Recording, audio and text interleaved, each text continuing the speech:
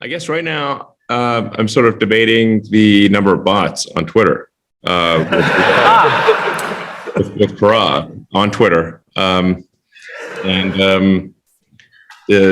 currently, what I'm being told is that there's just no way to know the number of bots. It's like as unknowable as the human soul, basically. So we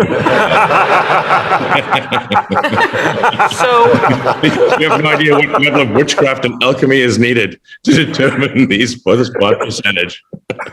Have you determined? I said, like, why not try calling people? But I haven't got a response. You know, like, have you tried calling people or something? You know, like maybe try the that. Answer? It's not a bot. No, I don't know. But I think like that would be one of the things to do, to say, like, have you tried calling them, as opposed to like trying to read the tea leaves here? That's like impossible, you know.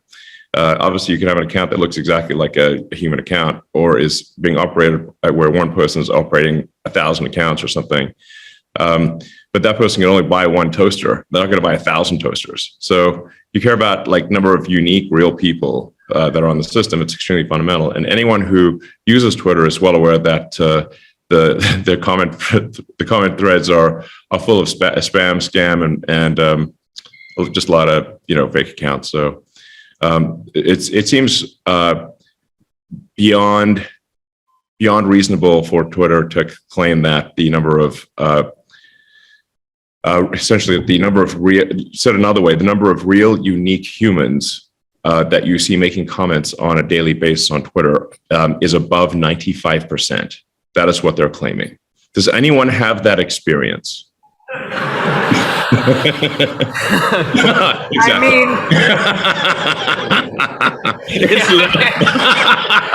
mean, really?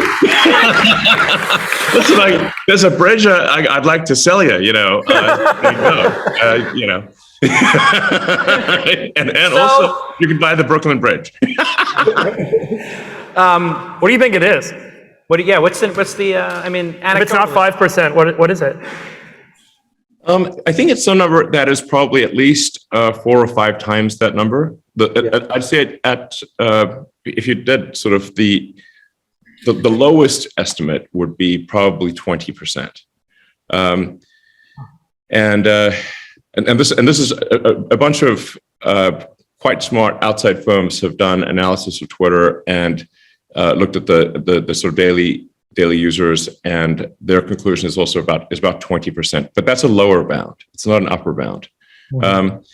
If you look at, say, the most liked tweets on Twitter, so I have the honor of having the most liked tweet of any living human.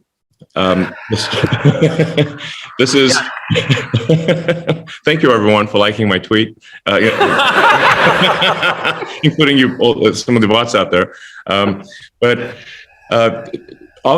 that tweet is less than 5 million likes.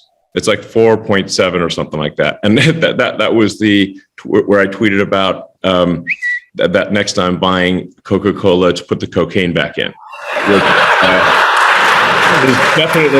It's clearly something that the public really wants, and you know, Coca-Cola Corporation should really think about going back to their roots. You know, some OG Coca-Cola. I mean, this I guess is the reason why our grandparents could sort of walk 20 miles in the snow, because they had Coca-Cola with cocaine.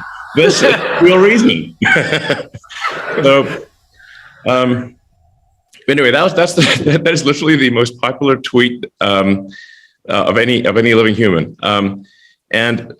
But Twitter says that the sort of monetizable daily active users is 217 million. So why would it be that the most popular tweet ever basically is only 2.5% of the entire user base? This seems a very, very low number. And the most popular tweets generally are clustered around that sort of 4 million like level. So it's a sort of call it like basically 2% or less than 2% of the daily active users. And technically monetizable daily active users is how Twitter refers to it. So it just seems, how is this possible? Surely there's something that maybe 10% of people would like, not merely 2%. So there's something that doesn't add up here. And my concern is not that, is it like, is it 5 or 7 or 8%, but is it potentially 80% or 90% bots? Yeah. Is it? I mean, I certainly know there's some real people on Twitter, but is it an order of magnitude?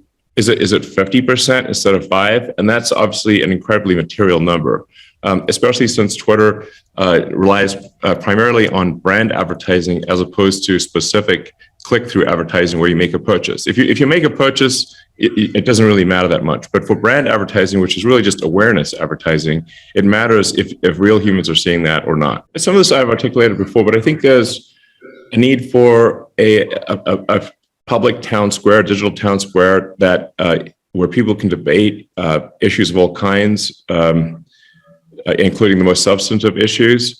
And in order for that to be the case, you have to have something that is as broadly inclusive as possible, that has as much of the people on the platform as possible, where it feels balanced from a political standpoint. It's not biased one way or the other, and where the system is transparent. This is why I think it's important to put the algorithm on GitHub and actually allow the public to see it and critique it and improve it.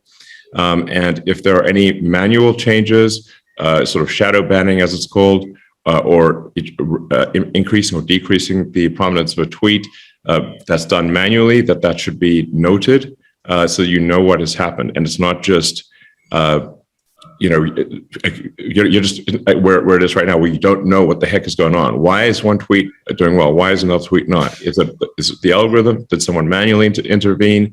Why are some accounts banned? With no recourse, apparently, the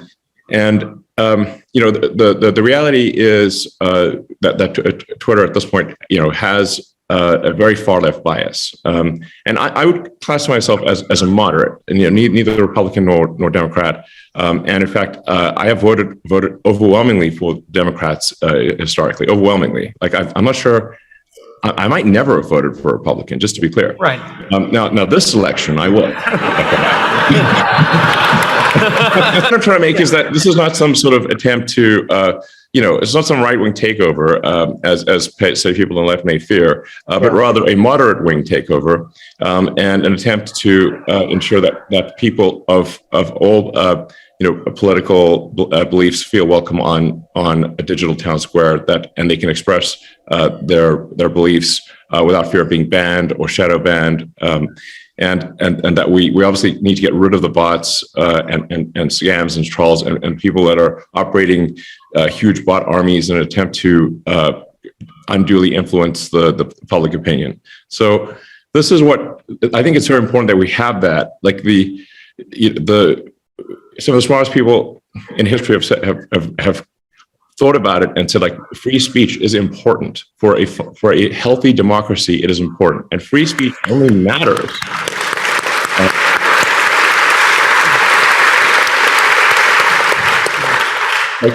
Like say, when does free speech matter most? It's when it's someone you don't like saying something you don't like.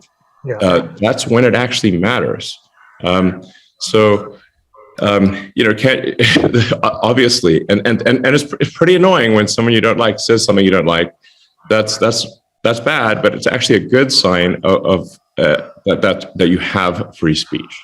I get trashed by the media all the time. It's fine. I don't care. Do it twice as much. I couldn't care less. But it's indicative of the fact that even though I have like a lot of resources, I do not actually have the ability to stop the media from trashing me, and that's actually a good thing.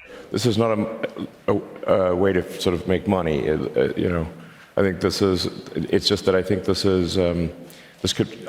My strong intuitive sense is that having a public platform that is maximally trusted and broadly inclusive is extremely important to the future of civilization.